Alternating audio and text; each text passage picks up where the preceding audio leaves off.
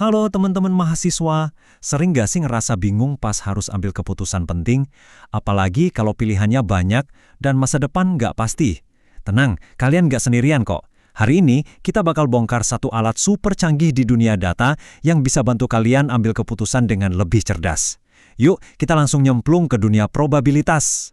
Coba deh bayangin, pasar saham lagi gonjang-ganjing gara-gara pandemi, ada investor yang harus mutusin mau jual atau beli jutaan saham.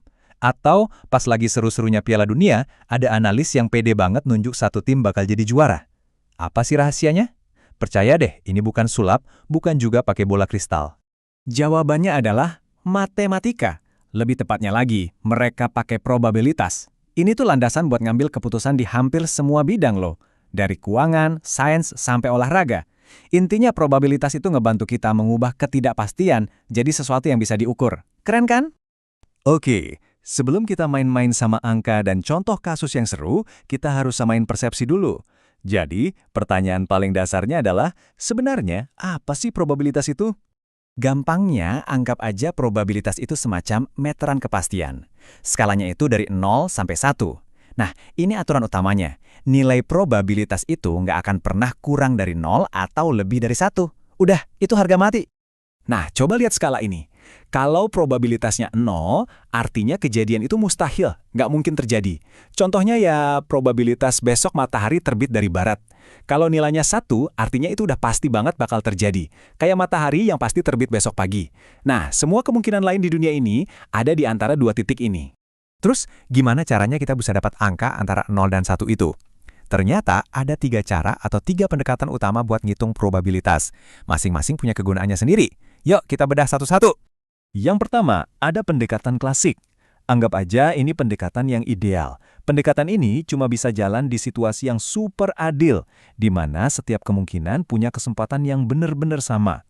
Bayangin aja kayak main kartu atau lempar dadu yang nggak dicurangin. Contoh paling gampangnya, ya lempar dadu. Dadu itu kan punya 6 sisi ya. Karena kita anggap dadunya adil, maka peluang munculnya angka 1, 2, 3, sampai 6 itu semuanya sama persis. Berapa? Ya 1 dari 6 kemungkinan, atau kita tulis 1 per 6. Simple banget. Tapi kan, dunia nyata nggak seideal itu. Nah, disinilah pendekatan kedua masuk, yaitu pendekatan relatif, atau bisa kita sebut pendekatan yang realistis. Di sini kita berhenti berasumsi dan mulai lihat data beneran. Jadi, kita belajar dari apa yang udah terjadi di masa lalu buat nebak masa depan. Oke, kita lihat contohnya langsung ya. Ada survei ke 580 alumni. Ternyata dari jumlah itu, 422 orang kerja di bidang pariwisata. Nah, probabilitas orang alumni dari kampus itu kerja di bidang pariwisata, ya tinggal kita bagi aja. 422 dibagi 580. Hasilnya kira-kira 0,73 atau 73%. Jadi kita pakai data historis buat ngitung peluangnya. Dan yang terakhir ada pendekatan subjektif. Ini bisa kita bilang pendekatannya para pakar. Ini kita pakai kalau datanya langka atau malah kejadiannya belum pernah ada sebelumnya. Probabilitas di sini tuh bukan nebak asal-asalan ya, tapi kesimpulan logis yang ditarik dari keahlian, analisis, dan pengalaman seseorang.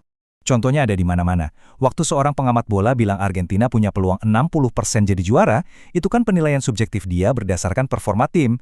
Sama juga kayak pengamat politik yang memprediksi hasil pemilu atau analis saham yang meramal pasar. Gak ada data pastinya, yang ada cuma penilaian berdasarkan semua informasi yang tersedia. Oke, dasarnya udah dapat nih. Sekarang kita naik level sedikit yuk. Di dunia nyata, sering banget satu kejadian itu nyambung sama kejadian lain. Gimana kalau tiba-tiba ada informasi baru? Peluangnya berubah nggak? Nah, disinilah kita masuk ke dunia probabilitas bersyarat. Probabilitas bersyarat yang ditulis P/A per B itu artinya peluang terjadinya kejadian A dengan syarat kita udah tahu kalau kejadian B itu terjadi. Garis vertikal di tengah itu dibacanya dengan syarat. Jadi informasi baru dari B ini bakal mengubah cara kita ngitung peluang si A. Biar kebayang, kita langsung pakai contoh soal aja. Lihat tabel ini ya. Ini data 300 transaksi saham dari 3 perusahaan, INDF, MYOR, sama ULTJ. Ada transaksi jual S dan ada transaksi beli B. Data ini bakal kita pakai buat nunjukin seberapa kuat probabilitas bersyarat.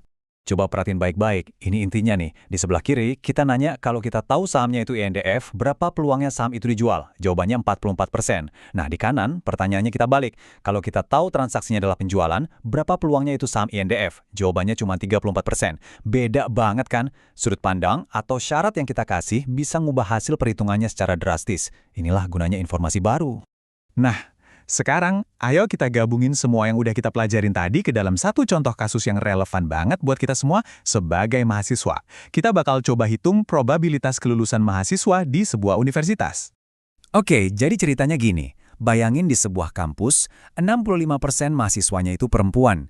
Dari mahasiswi-mahasiswi ini, 80% lulusnya tepat waktu. Nah, kalau mahasiswa laki-laki, datanya agak beda nih. 25% dari mereka lulusnya tidak tepat waktu. Pertanyaannya sekarang, kalau kita pilih satu mahasiswa secara acak, berapa sih peluang dia bakal lulus tepat waktu? Untuk soal kayak gini, alat bantu visual yang paling mantap itu adalah diagram pohon. Nah, ini dia. Kita mulai dari populasi total, terus kita pecah jadi dua cabang utama. Perempuan peluangnya 0,65, dan laki-laki peluangnya berarti 0,35. Terus, dari masing-masing cabang ini kita pecah lagi jadi dua. Lulus tepat waktu dan lulus tidak tepat waktu, lengkap sama probabilitasnya masing-masing. Kalau udah ada diagram pohonnya, ngitungnya jadi gampang. Peluang seorang mahasiswi lulus tepat waktu itu kan berarti 0,65 dikali 0,80, dapatnya 0,52. Terus, peluang seorang mahasiswa lulus tepat waktu itu 0,35 dikali 0,75. Kenapa 0,75? Karena tadi 25% tidak tepat waktu, berarti 75% tepat waktu. Hasilnya 0,26. Nah, tinggal kita jumlahin aja dua kemungkinan ini. 0,52 ditambah 0,26. Dapat deh 0,78. Artinya, probabilitas mahasiswa di universitas itu lulus tepat waktu adalah 78%. Jadi, dari semua teori dan contoh soal tadi, apa sih intinya? Intinya, probabilitas itu bukan cuma soal angka sama rumus. Ini tuh soal cara berpikir, sebuah mindset buat ngambil keputusan yang lebih baik di tengah dunia yang penuh ketidakpastian. Jadi, poin-poin penting yang harus kalian ingat. Pertama, probabilitas itu alat kita buat menghadapi ketidakpastian. Kedua, selalu ingat skala 0-1. Mustahil sampai pasti. Ketiga, ada 3 cara ngitungnya. Klasik buat kondisi ideal, relatif buat data nyata, dan subjektif buat penilaian ahli. Dan yang terakhir, probabilitas bersyarat itu ngebantu kita buat update perhitungan kita pas dapat info baru. Sebagai penutup, saya mau kasih kalian satu pertanyaan buat direnungin. Coba deh pikirin, entah itu soal kuliah, karir, atau bahkan kehidupan pribadi. Keputusan besar apa yang lagi kalian hadapi sekarang yang kira-kira bisa dianalisis dengan lebih baik kalau kalian coba pakai cara berpikir probabilistik? Terima kasih banyak sudah menyimak.